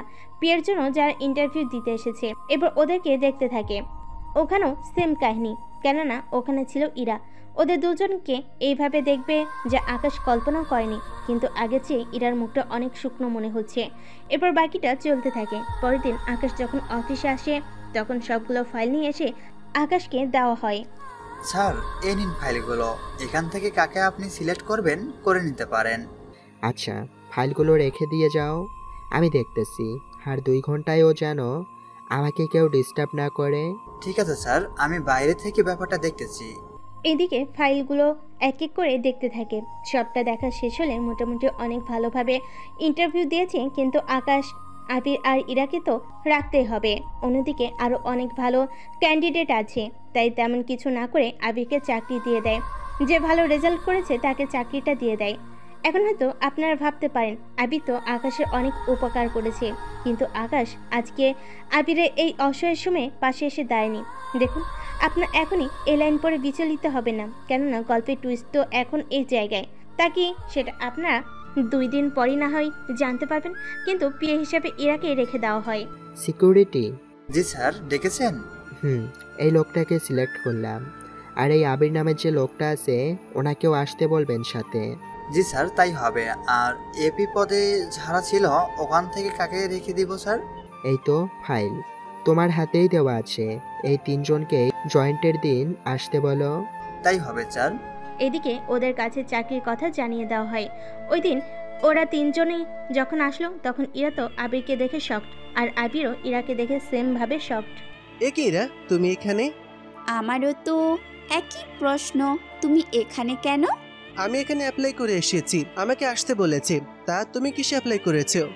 আমি তো পি এর জন্য করেছি, তা আমাদের চাকরিটা হয়েছে, নয়তো আমাদের তো ডাকতো না। হঠাৎ পাশে থাকা ছেলেটা বলে ওঠে, আপনারা কি পূর্ব পরিচিত? হ্যাঁ, আমি কলেজ লাইফ থেকে। ও আচ্ছা, কিন্তু আপনারা দুজনেই একই পদে কিভাবে পেলেন তা তো বুঝতে পারছি না, এটা সম্ভব হলো কি করে? আমার মাথায় তো এটা আসেনি। তখনই আকাশের লোক এসে পাশে থাকা লোককে ডেকে নেয়। এই ছেলে, স্যার তোমাকে ডাকছে। আসতেছি আমি। ছেলেটি ভিতরে যায় আর ফাইলে সই করে হাসি মুখে বেরিয়ে পড়ে। কি ভাই, তোমার চাকরি কি হয়ে গিয়েছে? জি ভাই, কিন্তু আমাকে চাকরিতে নিলে আপনাকে কেন ডাকলো তা তো বুঝতেই পারছি না। আচ্ছা, ভেতরে নিয়ে গিয়ে বলবে তো, তখন না হয় জেনে নিব। ঠিক আছে, আপনাদের ইচ্ছে। তাহলে ভাই আমি চললাম। ছেলেটি যাওয়ার পর আপনি বাইরে থাকা আবির আর ইরা ওদের দুজনকে ভিতরে রাখবেন, তাও একসাথে। আর ওরা রুমে আসার পর বাইরে থেকে কেউ যেন ভিতরে না আসতে পারে। যতই গুরুত্বপূর্ণ কাজ হোক না কেন, কেউই যেন ভিতরে না আসতে পারে। তার আগে 3 কাপ কফি আমার রুমে দিয়ে যেতে বলুন। ঠিক আছে স্যার। কফি দেওয়ার পর আবির আর ইরাকে রুমে নিয়ে যাওয়ার পর দেখে অফিসের সিইও উল্টো দিকে ঘুরে বসে আছে। এভাবে ওনাকে বসতে দেখে ওরা কিছু বলল না। বসে পড়ুন আপনারা দুজন। আকাশের কথা শুনে ওদের দুজনের কেমন একটা পরিচিত মনে হচ্ছে, কিন্তু ওরা এতে তেমন একটা গুরুত্ব না দিয়ে বসে পড়ে। স্যার, আমার একটা প্রশ্ন ছিল। আমি জানি আপনার প্রশ্ন কি, আর এর উত্তরও আমার কাছে জানা আছে। আপনি জানেন তাহলে? হুম। আপনার কণ্ঠটা বারবার কেমন যেন পরিচিত মনে হচ্ছে। আচ্ছা, কে আপনি? এবার যখন চেয়ার ঘুরিয়ে সামনে আসে, ওরা তো আকাশকে দেখে রীতিমতো অবাক হয়ে যায় আর চেয়ার ছেড়ে দাঁড়িয়ে যায়। আকাশ, তুই এখানে? আকাশ, তুমি এখানে, তাও কোম্পানির সিও চেয়ারে বসে আছো? আকাশ, আমি তো কিছুই বুঝতে পারছি না। কি হয়েছে, একটু খুলে বলবি কি? বলবো বলে তোদের আজকে ডেকেছি। এরা জব তো হয়ে গিয়েছে। ইরা না হয় কাল থেকে জয়েন করবে, কিন্তু আমাকে কেন ডাকলি? এত বছর পর তোর সাথে দেখা, কথা তো থাকবেই অনেক। কিন্তু তার জন্য আমরা কোথাও বসে আড্ডা দিয়েও তো কথা বলতে পারতাম। শুধু কথা বলার জন্য তুই অফিসে ডেকে আনলি? বেশি কথা বলবি না, তার আগে তোমরা দুজনেই উত্তর দাও আমাকে। কিসের উত্তর? তোমার কাছ থেকে আমি কিছু জানতে চাই না। কিভাবে তোমাদের পরিস্থিতি খারাপ যাওয়ার পর তোমাকে এখন এইভাবে কাজ করতে হচ্ছে তা আমি জানতে চাই না। কিন্তু আবির, তুই দেশের বাইরে যাওয়ার পর আমার সাথে যোগাযোগ রাখলি না কেন? এটা কিভাবে পারলি তুই? তোর সাথে যোগাযোগ করব কি করে আমি? ওখানে যাওয়ার পর আমার যে কি অবস্থা হয়েছে তা শুধু আমিই জানি, আর ওইটার জন্য আজকে আমার এই দশা। তাহলে বল, কি হয়েছিল? তাহলে শোন। আগে কফি খেতে থাক, কফি খেতে খেতে বল। এরপর আবির সবটা বলতে থাকে। আবিরের কথা শুনে আকাশের চোখের পানি তো বের হয়, সাথে ইরারও মন খারাপ হয়ে যায়। সত্যি বন্ধু, আমি বুঝতে পারিনি তোর সাথে এত কিছু হয়ে যাবে। থাক, বাদ দে। আমি এখন উঠি রে। কোথায় যাবি তুই? অন্য কোম্পানিতে জব দেখব। অন্য কোম্পানিতে কেন? কি করব? তোর এখানে তো আমি জব পাইনি, তাহলে অন্য কোথাও ট্রাই করতে হবে। আচ্ছা, তোর কি মনে হয় আমি কি চাইলে তোকে একটা জব দিতে পারতাম না? পারতি, কারণ তোর এখন এতটাই ক্ষমতা যে তুই রিকমেন্ডেশন করলেই যে কোনো জায়গায় আমার চাকরি হতে সময় লাগবে না। কিন্তু তুই যখন চাকরি দিলি না, তখন এর পেছনে কারণ আছে আমি জানি, কিন্তু সে কারণটা কি বলবি? কারণ হচ্ছে, আমি চাই না তুই আমার অফিসে চাকরি করিস। আমি চাই তুই আগের মতো নিজে ব্যবসা করে প্রতিষ্ঠিত হ। আমার এখানে চাকরি করলে তুই আমাকে স্যার বলে ডাকবি, তা আমি নিতে পারবো না। কিন্তু ব্যবসা করার মতন কোনো টাকা আমার কাছে নেই। তার ওপর তুই তো জানিস এখনো আমার কাছে কোনো কিছুই নেই। বাড়িটা তো আগে থেকে বিক্রি হয়ে গিয়েছে ব্যাংক থেকে। এখন কিভাবে কি করব? বন্ধু, তুই এত টেনশন নিতে হবে না। তোর ব্যবসা করার জন্য যত টাকা লাগে সব টাকা আমি দেব। তুই আমার জন্য শুধু শুধু কেন এতগুলো টাকা নষ্ট করতে যাবি? একটা মার দিব তোকে। আমার কাছে যখন কোনো কিছু ছিল না, তখন তুই আমাকে সব দিক দিয়ে সাহায্য করেছিস। তাহলে আজকে যখন আমি তোকে সাহায্য করতে চেয়েছি, তখন তুই কেন মানা করছিস বলতো? দেখ, আমি তোকে 1000 টাকা দিয়ে সাহায্য করেছি, কিন্তু এখন ব্যবসা করতে গেলে কোটি টাকা লাগবে। এতগুলো টাকা তো বেশি হয়ে যায়। দেখ, আমি কোনো কিছু জানতে চাই না। আমি তোকে 5 কোটি টাকা দিচ্ছি, তুই এই টাকা দিয়ে আবার ব্যবসায় শুরু কর। আর এই নে তোর বাড়ির দলিলপত্র। তোকে দেখার পর আমি এই কয়েকদিনের বাড়িটা আবার তোর নামে করে দিয়েছি। এখন থেকে তোর বাড়িতে তুই থাকবি, আর এই টাকা নিয়ে ব্যবসা শুরু কর। আবার আমি যে ব্যবসায় করি ওই ব্যবসায় না, অন্য ব্যবসায় ট্রাই করিস। আকাশের কথা শুনে আবির আর ইরার চোখে পানি পড়ে যায়। আবিরও ভাবতে পারেনি আকাশ যে ছোটবেলার বন্ধুদের দেওয়া সাহায্যগুলো আজকে এত বড় করে দিবে, তাই আকাশকে জড়িয়ে ধরে। আরে কাঁদছিস কেন তুই? দেখ, একদম কাঁদবি না। তাছাড়া তুই যদি এইভাবে কাঁদিস, তাহলে তো আমি নিজেকে ক্ষমা করতে পারবো না। তাই বলে তুই এত স্যাক্রিফাইস করবি আমার জন্য? আমি তো তোর জন্য নিজের জীবনটা দিয়ে দিতে রাজি আছি বন্ধু। এখানে তো মাত্র কয়েক কোটি টাকা। কিন্তু ইরাকে তোর কাছে রাখবি কেন? ওর তো মনে হচ্ছে অনেক খারাপ অবস্থা। জানি আমি সব কিছু, এই জন্য ওর স্যালারি মাসে 1 লক্ষ করে দেব। এতে ওর আর ওর পরিবারের চলে যাবে। আর এরা এখন আসতে পারো, বাকিটা জয়েন হওয়ার পর বুঝিয়ে দেওয়া হবে। ধন্যবাদ স্যার। ইরা যাওয়ার পর একটা কথা বলতো, কি কথা? তুই কি ইরাকে এখনো পছন্দ করিস? কেন বলো তো? তুই যদি ওকে এখনো পছন্দ করিস তাহলে তোর মনের কথা ওকে কেন বলে দিচ্ছিস না? আমি যখন গরিব ছিলাম তখন থেকে আমি ওকে পছন্দ করতাম, তা তো তুই জানিস। হ্যাঁ জানি, কিন্তু তুই তো এখন ওকে ইচ্ছে করলে তা জানিয়ে দিতে পারিস। আমি গরিব থাকা অবস্থায় ও কখনো আমার সাথে ভালো ব্যবহার করেনি। তাহলে এখন তুই আমাকে বল, আমি যখন এত কিছুর মালিক, আর এখন আমি যে মেয়েকে প্রপোজ করি না কেন, সে মেয়েই আমাকে ভালোবাসা তো অনেক সহজ, আমাকে বিয়ে পর্যন্ত করতে রাজি হয়ে যাবে। তাছাড়া ওকে এখন বললে রাজি হয়ে যাবে, সেজন্য এখন বলবো না। আমি চাই ওর ভিতরে আমার জন্য যদি একটু হলেও ভালোবাসা থেকে থাকে, তা যদি কখনো প্রকাশ পায় তাহলে জানাবো। কিন্তু আমি ওকে ততদিন এতটা জ্বালাবো যে নিজে থেকে যেন দূরে চলে যায়। কিন্তু এতে করে তোর কি লাভ হবে? লাভ আছে। কি রকম লাভ? ও যদি আমাকে ভালোবাসে তাহলে আমার দেওয়ার শত অপমান সহ্য করে থাকলেও আমার পিছু ছাড়বে না। তাছাড়া আমি ওকে ওই রকমভাবে জ্বালাবো, কোথায় কোথায় রাগ আর ধমক তো সাথে থাকবেই। এক কথায় কলেজ আর ভার্সিটিতে আমার সাথে যেভাবে আচরণ করত ঠিক সেভাবে আমি ওর সাথে আচরণ করব। তবে যাই করিস না কেন ওকে অন্তত দুঃখ দিস না। কেন বলতো? তুই কি কিছু জানিস না? কি জানবো আমি? ওর বাবা মা কেউই বেঁচে নেই। কথাটা শুনে আকাশ আরো বেশি অবাক হয়ে যায়। কি বলছিস তুই? তুই মনে হয় ওর সিবিটা ঠিকভাবে পড়ে দেখিসনি। যদি দেখতি তাহলে বুঝতে পারতি। আচ্ছা সেসব কথা বাদ দিলাম, এরা কিন্তু এখন অনেক অসহায়, সেজন্য আমি বলবো তুই অন্তত ওর সাথে এমন কোনো কিছু করিস না। আমি না তোর কথার কোনো কিছুই বুঝতে পারছি না, আমাকে বলবি কি আসলে কি হয়েছে? ইরার বাবা মা একটা গাড়ি অ্যাক্সিডেন্টে মারা যায়। তখন থেকে ইরার মনে রাগ, অভিমান, জেদ সবকিছু কমে যায়। একদিন ইরার সাথে আমার দেখা হয় রাস্তায়, তখন আমি দেশের বাইরে ছিলাম। তখন ইরার সাথে দেখা হয়, আমি দেখলাম ও একটা ছবি নিয়ে বসে আছে, তাই আমি ছবিতে থাকা মানুষটাকে দেখার জন্য ওর কাছে আসলাম। ইরা আমাকে দেখতে পেয়ে চমকে ওঠে। আবির, তুই এখানে? আমি এখানে, কিন্তু তুই আকাশের ছবি এইভাবে দেখছিস কেন? সত্যি করে বল, কাউকে বলবি না তো? আরে বলবো না কেন? বিশ্বাস কর দোস্ত, আমি ইচ্ছে করে ওই দিন আকাশকে এইভাবে ফাঁসাতে চাইনি। তাহলে কেন ওই দিন ওইরকম একটা কাজ করলি? তানু আর রকি মিলে আকাশকে মারার প্ল্যান করেছিল। কিন্তু কেন? তা আমি জানি না, ওরা বলেছে আমি যদি এরকম কিছু না করি তাহলে ওরা আকাশকে মেরে ফেলবে। সেই জন্য আকাশকে বাঁচানোর জন্য আমি এরকমটা করেছি। তাহলে তুই ওই ঘটনা ঘটানোর আগে থেকেই তুই আকাশকে ভালোবাসতি? আর ওই দিন আকাশকে ফাঁসাতে আমি যেভাবে নাটক করেছিলাম, আকাশ কিন্তু আমাকে একা পেয়েও একেবারের জন্য নিজের ফায়দা ওঠায়নি। তখন ওকে আমার আরও ভালো লেগে যায়। কিন্তু কি করব বল, ওই রকি আর তানুর জন্য আমি কোনো কিছুই করতে পারতাম না।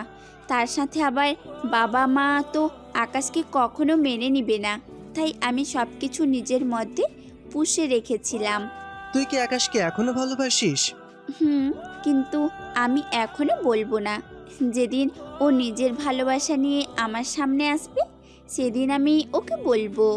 আচ্ছা, তোর কাছ থেকে শুনেও ভালো লাগলো। আমি তাহলে চলি এখন, ভালো থাকিস। এরপর আমি ওখান থেকে চলে আসি, আর আজকে আবার ওর সাথে দেখা হয়। এখন এই নিয়ে কথা হয়, কিন্তু আমি আর ইরা মোটেও জানতাম না যে এটা তোর অফিস ছিল। সবটা শুনে আকাশ খুশিতে আবিকে জড়িয়ে ধরে। তাহলে এরাও আমাকে ভালোবাসে? বন্ধু, তোকে যে কি বলে ধন্যবাদ দিব সে ভাষা আমার জানা নেই। তবে আমি এরাকে এতটুকু কষ্ট পেতে দিব না। এরা 2 মাস পর জন্মদিন, আর ওই দিনই আমি ওকে সারপ্রাইজ হিসেবে আমি ওকে আমার ভালোবাসার কথা জানাবো। সেটাই ভালো হবে। তাহলে আমি এখন চলি রে বন্ধু। ঠিক আছে, সাবধানে যা।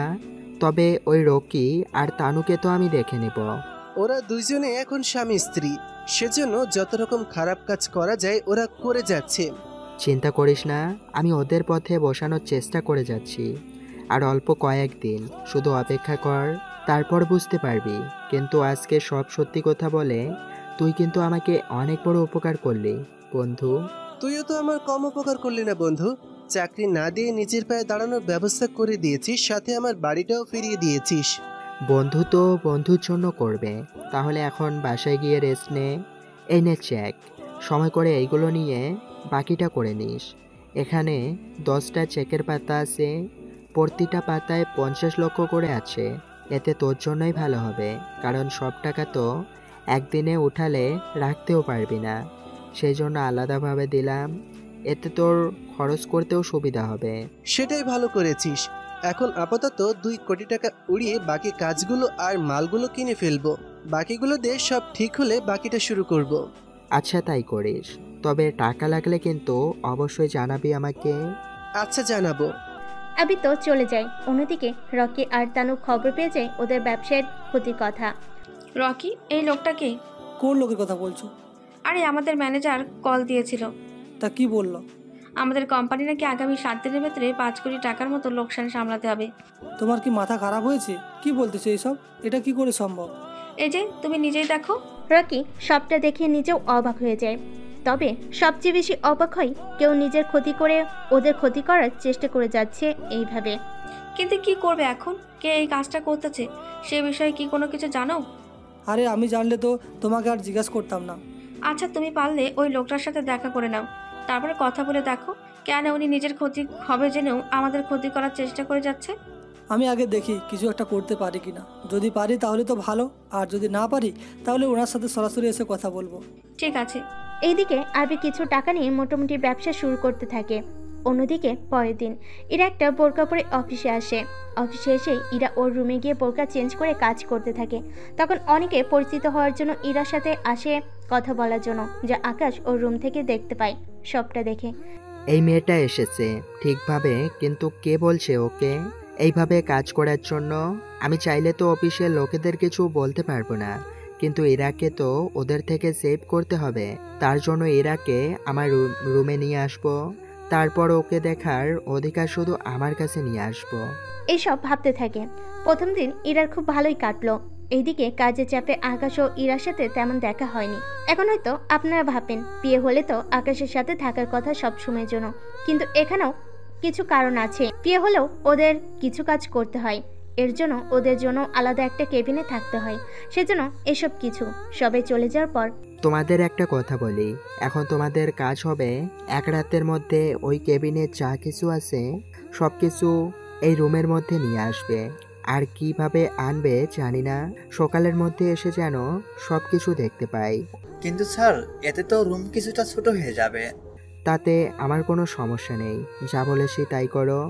এখন মাত্র 5টা বাজে, এখনও অনেক সময় আছে তোমাদের হাতে। সব কিছু তৈরি করে রাখো। আর এরা যদি সকালে আসে ওকে এই রুমে আসতে বলবে। আর তার সাথে এখন থেকে আমার অনুমতি ছাড়া কেউ যেন ভিতরে না যেতে পারে। তাই হবে স্যার। ওখান থেকে চলে আসে। এদিকে লোক এনে কাজ করাতে থাকে। মোটামুটি 6 ঘন্টা কাজ শেষ করে ফেলে। তারপর সবকিছু ওখানে নিয়ে যায়। আর এমনভাবে ডিজাইন করা হয় তখন তা খুলে ফেলা যাবে। সবকিছু ঠিক করে নেয়। পরদিন সকালে এরা অফিসে এসে ওর কেবিন খুঁজতে থাকে। আমার কেবিন কোথায়? ম্যাম, আপনার কেবিন স্যারের রুমে নিয়ে যাওয়া হয়েছে।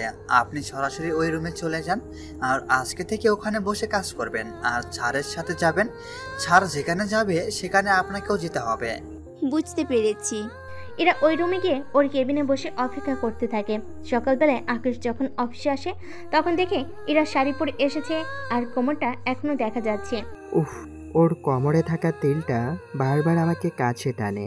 আজকে ওকে কারোর সামনে আসতে দেওয়া যাবে না। ওকে এই রুমে রাখবো, যখন কেউ থাকবে না তখন ওকে সামনে রাখবো। যেই ভাবা সেই কাজ। এরাকে ডেকে পাঠায়। স্যার ডেকেছেন? এখানে বসে কাজ করুন। কেন স্যার? আমি তো ওই রুমে কাজ করতেছি। আপনি কি জানেন একজন পিএর কাজ কি? তার বসের পাশে থেকে ওনাকে সাহায্য করা। তাহলে স্যার আমি আপনার পেছনে থাকি? পিছনে থাকতে হবে না, সামনেই থাকুন। আমি যখন বলবো তখন আপনার ডেস্কে গিয়ে বসে পড়বেন। তা কাল আমার সাথে দেখা কেন করেননি? স্যার, আপনি তো অনেক ব্যস্ত ছিলেন, সেই জন্য আর দেখা করিনি। আচ্ছা, এখন কাজ করুন। আপনার পরিবারে কে কে আছে আর থাকেন কোথায়? এই সব জেনে আপনি কি করবেন? অফিসের সবার বাসার ঠিকানা আছে, কিন্তু আপনার তো ঠিকানা জানতে হবে। ইরা এবার আর কিছু বলতে পারল না, ঠিকানা বলে দিল, কেননা কোনো কিছু করার ছিল না। এদিকে কাকে যেন আকাশ ওই ঠিকানাটা দেয় সব কিছু দেখার জন্য বলে। এদিকে বিকালবেলায় লোকটা সব কিছু জানে আকাশকে। সবটা শুনে আকাশের খারাপ লাগলো, কেননা এরা বাসে একা একা থাকে, তারপর ওই জায়গায় অনেক বকাটের ছেলেও থাকে, তাই কোনো রিস্ক নিতে চায় না সেই জন্য। তোমার বাসায় কালকে ড্রাইভার পাঠিয়ে দিব। তোমার ব্যাগপত্র গুছিয়ে ড্রাইভারকে দিয়ে দিবে। ড্রাইভার তোমাকে অফিসে নামিয়ে দিবে, ব্যাগ আমার বাসায় দিয়ে আসবে। স্যার, আপনার বাসাতে কেন? আমি আপনার বাসায় কেন থাকবো? তুমি আমার পিএ, যদি রাতে কাজ করতে হয় তখন কি সব কাজ একা করব নাকি? শালা বজ্জাত একটা। কিছু বললেন? স্যার, বলেছিলাম কি, এই কথাটা যদি জানাজানি হয় তাহলে তো বুঝতেই পারছেন আমার কতটা ক্ষতি হয়ে যাবে। সবাই বলবে বিয়ে হয়ে স্যারের সাথে স্যারের বাড়িতে থাকে। আশা করি বাকিটা আপনি বুঝতে পেরেছেন। কে কি বললো না বললো তা নিয়ে তোমাকে ভাবতে হবে না। তোমাকে যা বলতেছি তা করবে। ঠিক আছে স্যার, তাই করব। পরের দিন আকাশের কথা মতো সব করতে থাকে। ওইদিকে আকাশ ওর কাজের লোকেদের বলে দেয় রুম ভালো করে ঠিক করে রাখার জন্য। এদিকে বিকালে আকাশ ইরাকে নিয়ে বাড়িতে ফিরে। বাড়িটা দেখে ইরা তো অনেক খুশি হয়। এরপর ইরাকে ওর রুমটা দেখিয়ে দেয়। ইরা রুমে গিয়ে রেস্ট নেয়। চিন্তা করবেন না, যা কিছু আছে ব্যবহার করতে পারেন। এর জন্য বেতন থেকে কোনো টাকা কাটা হবে না। আমার বাসায় খাবেন আর থাকবেন। এটা শুনে ইরা না যেতেও হাসি দিয়ে দেয়। এইদিকে দেখতে দেখতে 2 মাস কেটে যায়। আবির অবস্থা এখন আগের মতো হতে থাকে, আর ইরাও আকাশের মাঝে আন্ডারস্ট্যান্ডিং ভালো হতে থাকে। অফিসে দুপুরে ইরা আর আকাশ খাবার খাচ্ছিল, তখন কোথা থেকে হুট করে ওখানে রকি চলে আসে। রকি এসে আকাশ ও ইরাকে একসাথে দেখে অবাক হয়। এ কি তোরা এখানে? মিস্টার রকি, মুখ সামলে কথা বলবেন। এটা আপনার অফিস না, যেভাবে ইচ্ছে কথা বলে চলে যাবেন। তাহলে এত কিছু হচ্ছে দুজনের মধ্যে? দেখ রকি, মুখ সামলে কথা বলবি। মুখ সামলে কথা কি বলবো বল? একটা খারাপ মেয়ে তুই, নিজের বসের সাথে এসব করে বেড়াচ্ছ। কথাটা বলার সাথে সাথে চেয়ার ছেড়ে উঠে গিয়ে রকিকে মারতে থাকে। কিছুক্ষণ মারার পর, তোকে যদি আমার অফিসের আশেপাশে দেখি তাহলে আমি তোকে জানে মেরে ফেলবো। তোরা দুইজন ভিতরে এইসব করে বেড়াবি তা তো বুঝতে পারিনি। তুইও তো কম করিসনি, সেই তানুকে বিয়ে করে নিলি। আমি ওকে ভালোবেসে বিয়ে করে নিয়েছি। আমি তো আকাশকে। আকাশকে কি? কিছু না, বেরিয়ে যায় এখান থেকে। যাচ্ছি, তবে আকাশ আমি কিন্তু তোকে কোনোভাবে ছাড় দেব না, কথাটা মনে রাখিস। তুই আমার যতটা ক্ষতি করেছিস ঠিক সেভাবে আমিও তোর ক্ষতি করে যাব। তুই কি ভেবেছিস আমার ক্ষতি করে তুই পার পেয়ে যাবি? তা আমি কখনো হতে দিব না। তুই আর তানু তো আমার ক্ষতি যে কলেজ জীবন থেকে করে গিয়েছিস, নতুন করে আর কি ক্ষতি করবি বল? তোর কাছ থেকে ইরাকে আর এই কোম্পানিও নিয়ে যাব। চেষ্টা করে দেখ পারিস কিনা। এদিকে রকি চলে যায়। রকি যখন বাসে ফিরে তখন তানু সবটা দেখে। কি হয়েছে তোমার? তোমাকে এইভাবে মারলো কে? আমাকে আকাশ মেরেছে। তোমার সাথে আকাশের দেখা হলো কি করে? তোমাকে তো পাঠিয়েছিলাম ওই লোকের সাথে কথা বলার জন্য, আর তুমি কি না? পুরো কথাটা তো শুনবে, ওই লোকটাই আকাশ। কথাটি শুনে তানু তো আরো বেশি অবাক হয়ে যায়। কি বলছো তুমি? এর চেয়ে অবাক করার কথা হলো ইরা এখন আকাশের পিয়ে, আর ওদের দেখে মনে হচ্ছে ওরা একজন আরেকজনকে ভালোবাসে। ওদের কোনোভাবে এক হতে দেওয়া যাবে না। ঠিক বলেছো, একটা ব্যবস্থা তো করতেই হবে ওদের জন্য। তাহলে প্ল্যান করে ফেলি, চলো। এদিকে ওরা প্ল্যান করতে থাকে। এদিকে মাস পার হয়ে যায়। ইরাকে হঠাৎ করে খুঁজে পাওয়া যাচ্ছে না। তখন রকি নিজে আকাশকে কল দিয়ে জানায়, তার সাথে একটা ঠিকানা দেয়। আকাশ আবিকে সবটা জানায়। আবি সবটা জেনে আকাশের সাথে যায় ওখানে। ওরা যাওয়ার পর দেখে রকি ইরার গলায় ছুরি ধরে রেখেছে। প্লিজ ওকে ছেড়ে দে, তুই যা চাস আমি তোকে তাই দিব, তবুও ইরার কোনো ক্ষতি করিস না। আমি জানতাম তুই ইরাকে অনেক ভালোবাসিস, তাই ওর কোনো ক্ষতি হতে দিবি না। তাই তোর সামনে একটা কাগজ রাখা আছে, সাইন করে দে। কাগজে সাইন করে দিয়ে কাগজটা রকির কাছে দেওয়ার বাহানা করে চুরিটা সরিয়ে ফেলে কৌশলে। তারপর শুরু হয় মারামারি। আর এই মারামারিতে বাকিদের মেরে ফেলেও রকি আর তানুকে বাঁচিয়ে রাখে। চাইলে তোদেরও মেরে ফেলতে পারতাম, কিন্তু তোরা বন্ধু ছিলি বলে বাঁচিয়ে রাখলাম, কিন্তু যদি কখনো এরকম কোনো কিছু করিস তাহলে আর বাঁচিয়ে রাখবো না। ওদের রেখে ওখান থেকে চলে আসে। এরপর গাড়িতে। ভালোবাসো আমাকে তাই না? অনেক বেশি ভালোবাসি তোমাকে। তাহলে কেন বলনি এতদিন ধরে? ভয়ে যে বলতে পারিনি। আমি কি বাঘ নাকি অন্য কিছু যে তোমাকে খেয়ে ফেলবো? হুম। তার চেয়েও ভয়ঙ্কর। যেমন? এই যে একটা গরিব ছেলেকে কি ইরা চৌধুরী কখনো কি ভালোবাসবে? কথাটা শুনে আকাশের বুকে কিল ঘুষি মারতে থাকে আর আকাশকে বুকে টেনে নেয়। এখানে গল্পটা শেষ। কেমন হয়েছে অবশ্যই জানাবেন।